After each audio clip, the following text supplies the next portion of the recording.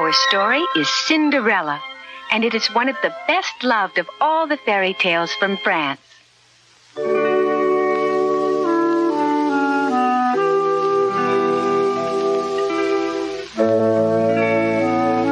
Once upon a time, there lived a most beautiful and kind young girl. But fate had not been kind to her, and she led a most unhappy life. For you see, her mother had died when she was still a baby, and her new stepmother was most cruel and unkind, forcing the young girl to do all of the housework without ever offering to help. The wicked stepmother had 2 daughters of her own, and unfortunately, they seemed to have inherited all of their mother's laziness and meanness. Cinderella.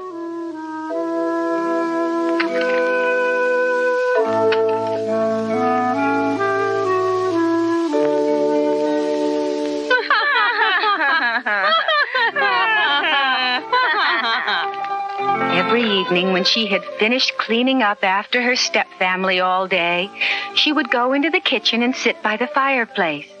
The warm glow of the fire seemed to relax her and renew her strength after such a long, hot day.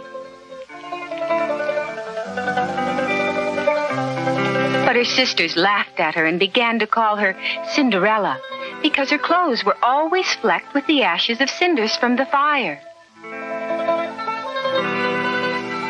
But even though her clothes were ragged and her life was filled with misfortune, Cinderella's lovely smile always shone through, and her sisters were very jealous of her beauty. One day, a courier from the castle delivered an invitation to a grand ball to be hosted by the handsome young prince of the land. It was to be a gala and festive affair, and to it was invited every young girl in the kingdom. The stepsisters immediately began to squeeze into their finest gowns and put on layer after layer of rouge and lipstick. After all, there was always the chance that they might catch the young prince's eye, and if they were really lucky, he might even propose. But to poor Cinderella, the ball only meant more work on top of her already tiring daily chores. Why, her sisters couldn't possibly get ready without her help. Cinderella wanted to go to the ball, but what would she wear? She didn't have a single gown that wasn't torn or singed by the cinders, and her selfish sisters would never let her borrow one of theirs.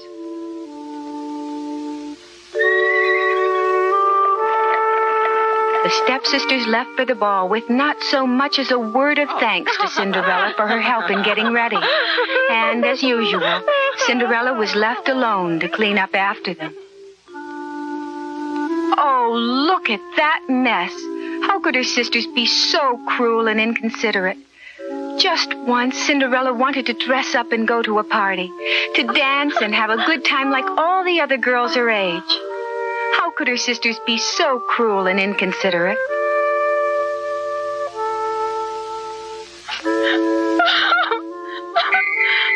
But suddenly, from out of nowhere, Cinderella's fairy godmother appeared. Why are you crying, Cinderella? I'd like to. You'd like to go to the ball, too, isn't that it? Uh-huh. Well, then, dry your tears. I think I may be able to do something about that, dear. The fairy godmother led Cinderella outside and selected a large, ripe pumpkin from the garden. And when she touched it with her magic wand,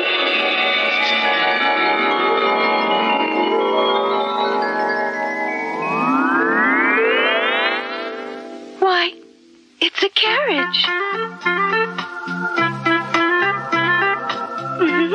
Next, the fairy godmother opened the mousetrap, and one by one... There's 1, there's 2, there's 3, there's 4, there's 5, and here's 6. And this plump little fellow would make a perfect coachman for you, my dear. There you go. Oh. And now it's your turn, Cinderella. Are you ready? Uh-huh. For Cinderella, a gown of silk and velvet.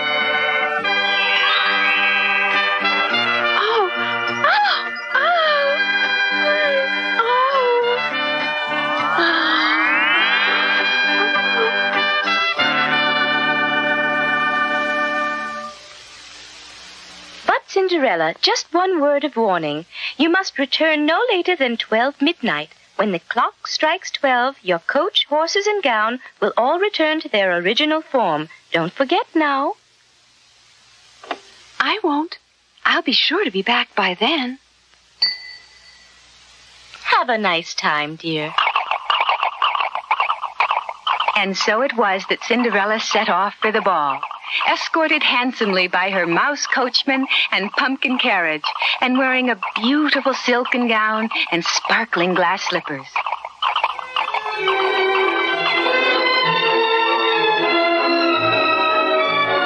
The loveliest girls in the kingdom were at the ball, and they were all dressed in their finest gowns, and each one in turn had a chance to dance and talk with the handsome prince.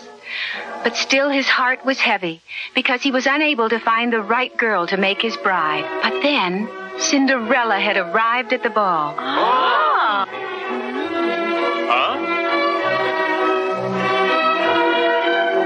As Cinderella made her entrance, all eyes were turned in her direction. Never had the prince seen anyone so lovely. Who was she? Where had she come from? No one seemed to know.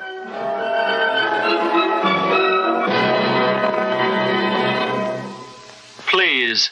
Yes. They danced and they danced, losing all sense of time and place.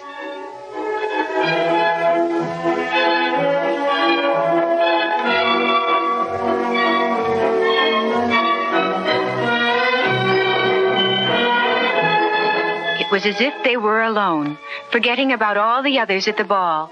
It seemed they would dance forever.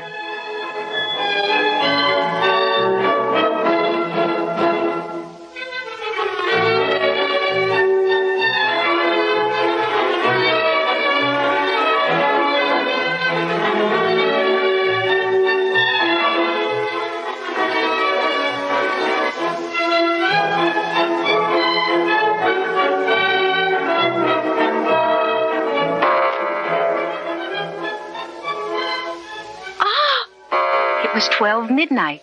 Cinderella had lost all track of time. What is it? Wait! Come back! Wait! Stop her! What? Huh?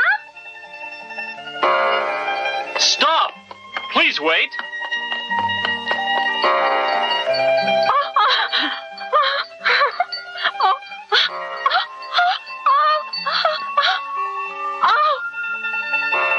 Cinderella had to get out of the castle before her gown turned once more to rags.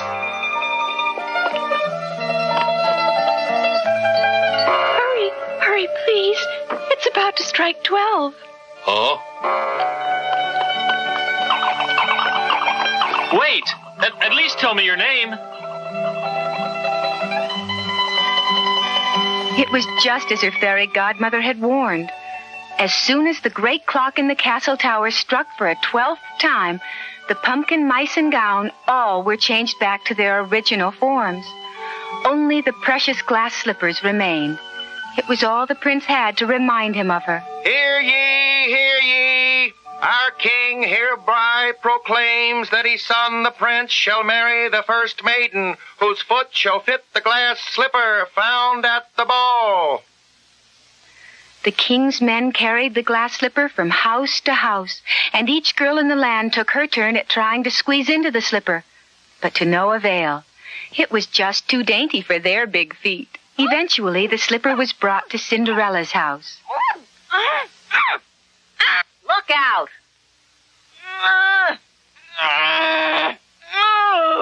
Finally, it was Cinderella's turn.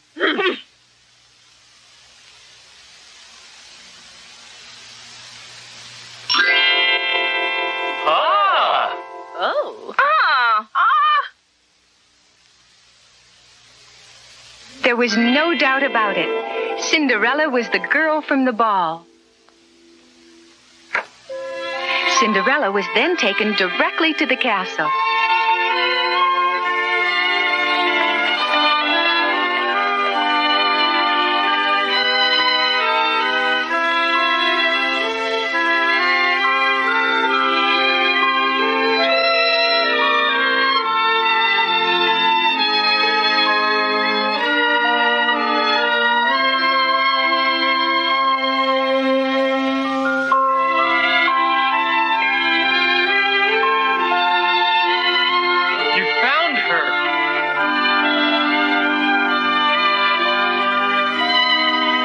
handsome prince had at last found his true love. And their wedding was proclaimed throughout the land.